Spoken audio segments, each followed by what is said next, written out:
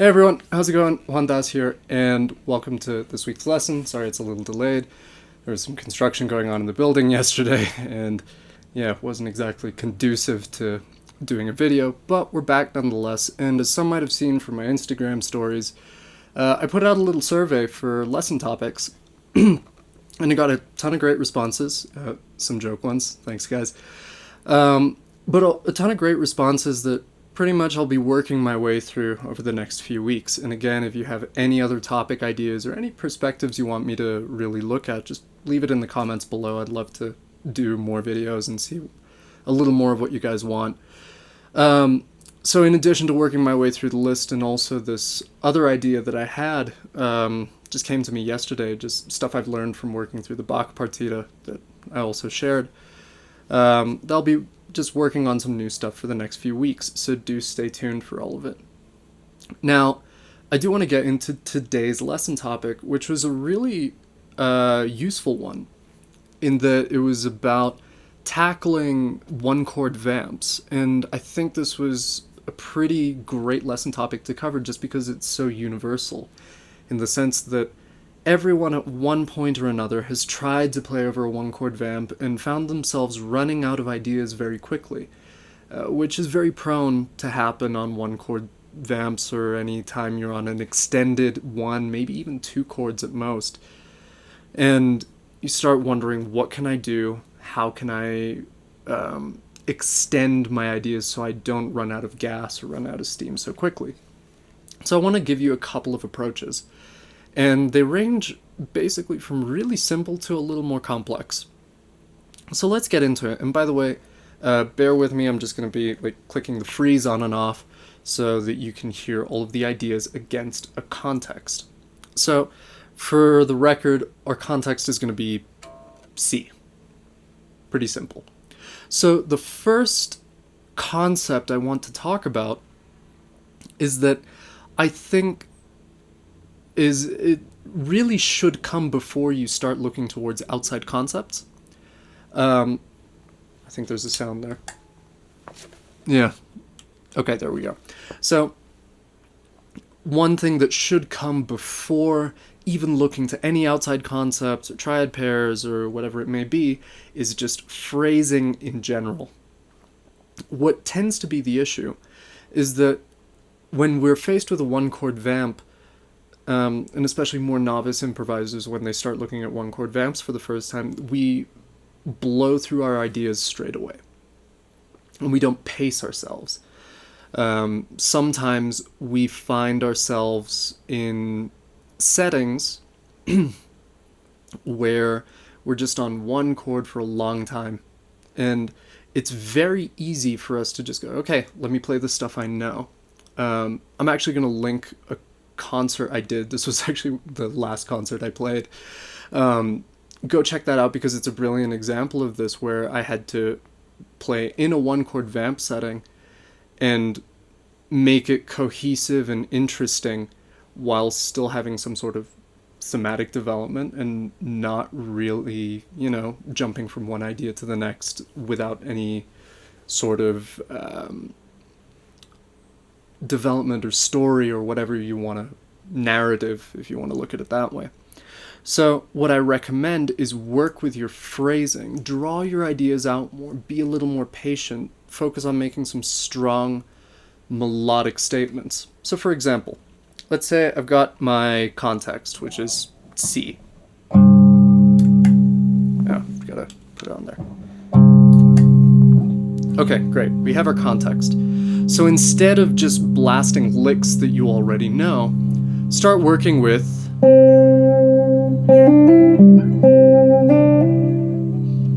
that's idea number 1.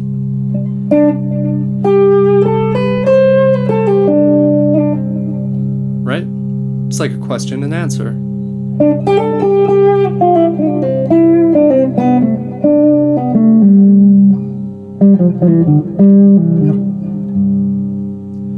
And go from there.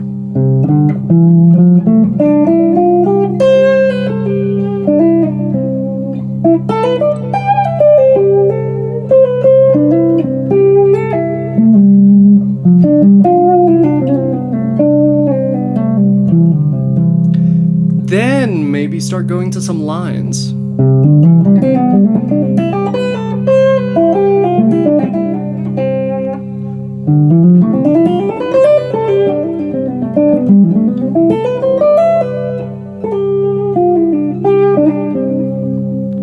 And so on and so forth. So, what have we learned from that? Phrasing.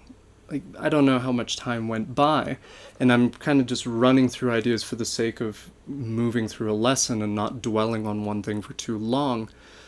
But if you extend that out and you be a little more patient, leave room for space, develop your phrases, be a little more thematic, you can then get a lot of mileage out of just staying pretty inside the key. We haven't even started looking at outside concepts yet.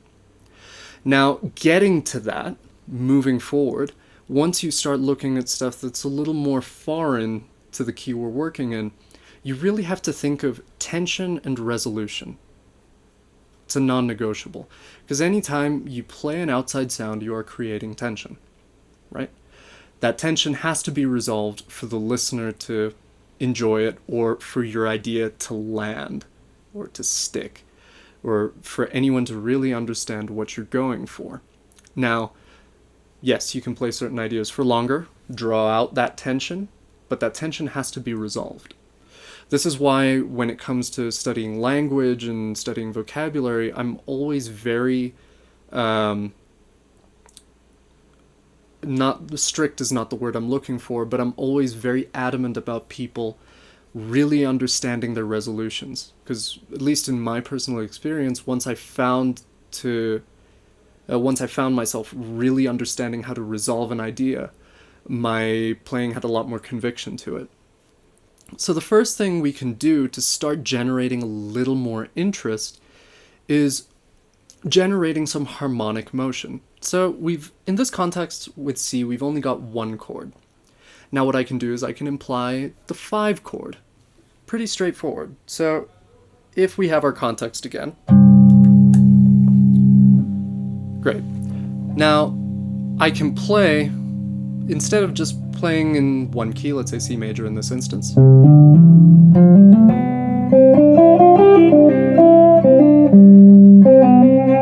What I can also do is start implying the 5 chord. So let's say I start in C. There's the 5.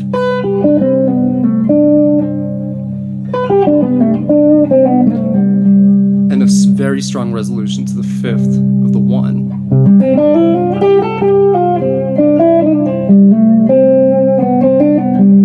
Now here's a cool thing. In this case we're in a major key.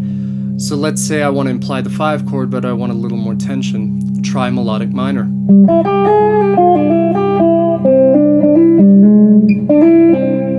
Or in this case, yeah, F melodic minor.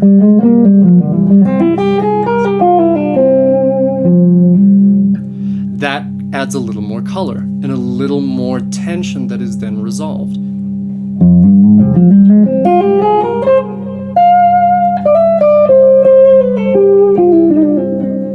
Right? Now, following from that, we can imply an altered sound. Because anything you can do with a 5 chord, you can use its tritone substitution, or the altered sound, to get a stronger effect. So in this case, I'd be playing G altered.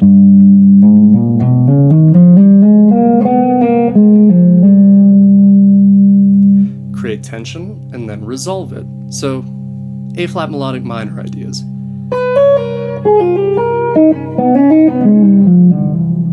Strong resolution to the third.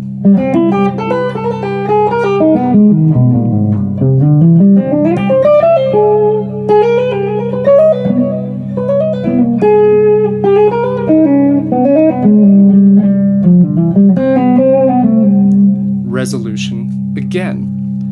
Let's try another idea, this time just implying a straight triad.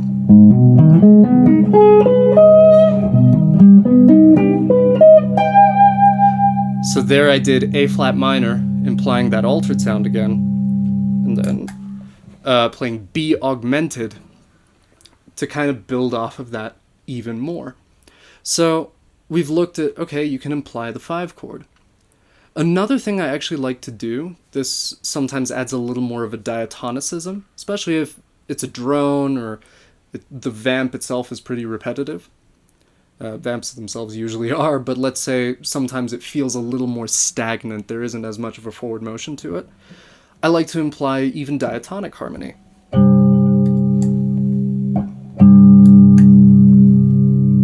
So we have our context, C major, D minor, E minor, F.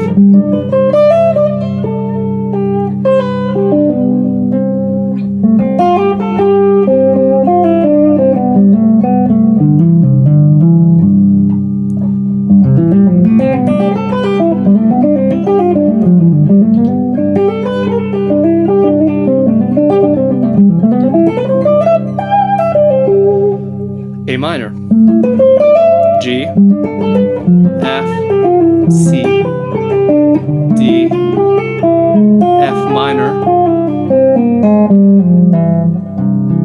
and then we're back to C. So when we start implying harmony, always think of your resolution. Always think, okay, if this is my ending point, in this case C, C major, C minor, whatever it may be, first think of your diatonic functions. Then start looking to your dominant function, so the 5 chord. Then you can start by using dominant resolutions from the 5 chord to resolve to your 1. And this also implies your tritone sub, so you can use your altered sound. Okay?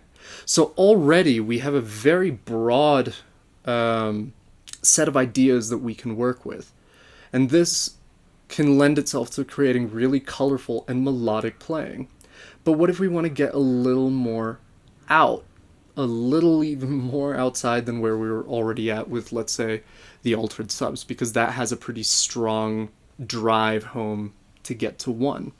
Well, we can start looking a little bit at the idea I was playing around with at the end and looking at triads.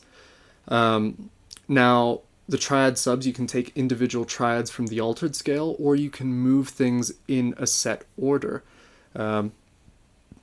Maybe I could do a video on this further down the line, but the ear likes strong patterns. This is why triads work really well for playing outside tonalities, because the ear can easily grasp the idea, and it's a very strong statement at the same time. So let's say we have our individual context. Let me just make it a little louder. Great. So before we were looking at all diatonic functions or dominant functions. So now I can imply, let's say, a triad of major third down, A flat. Now, coincidentally, that has a nice resolution to get to 1, as in a resolution to the 5th of the 1 chord. So I can use all my triad options available, not just closed voice triads, but even my open triads.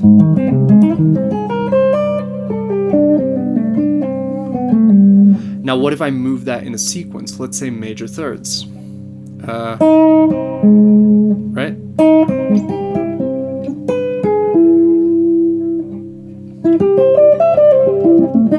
What if I voice-led that?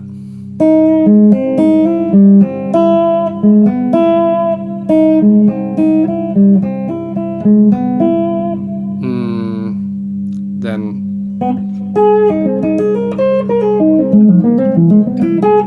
So there I played A flat, E, back to C, all just using triads. Coincidentally, this just came to mind, another good way, especially for major keys, to just imply some movement, play flat 6, flat 7, 1.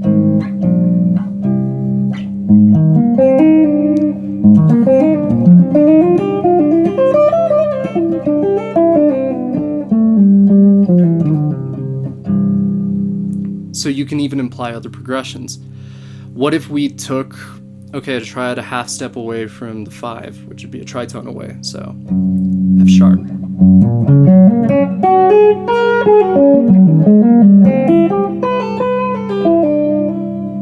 Again. Very strong F sharp sound.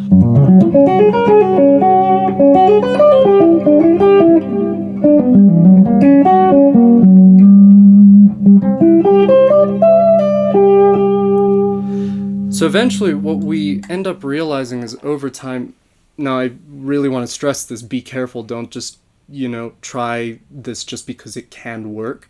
You have to really learn how to bring that tension back.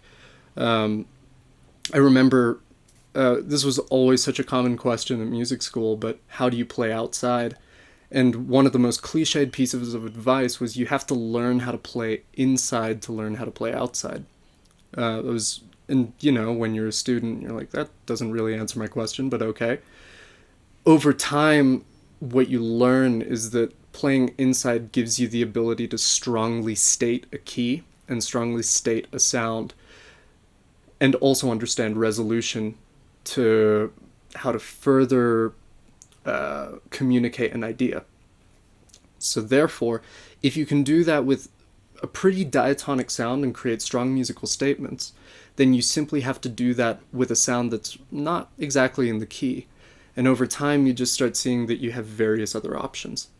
So also with the major third stuff, I would recommend looking into Mode 3 by Messiaen. That's a really great way of just getting some sounds that are outside of the norm and pretty pattern-based, that'll give a strong oral connection to so that the listener can kind of follow where you're going, even as you cycle back and eventually come back to the home key. Maybe I'll do a video on that further down the line as well. There are lots of ideas, so please leave them in the comments. And as always, if you enjoyed this video or found it useful, please do comment, give it a like, subscribe to the channel. It really helps me out a ton. So I hope this was useful for you guys, and I'll see you in the next video.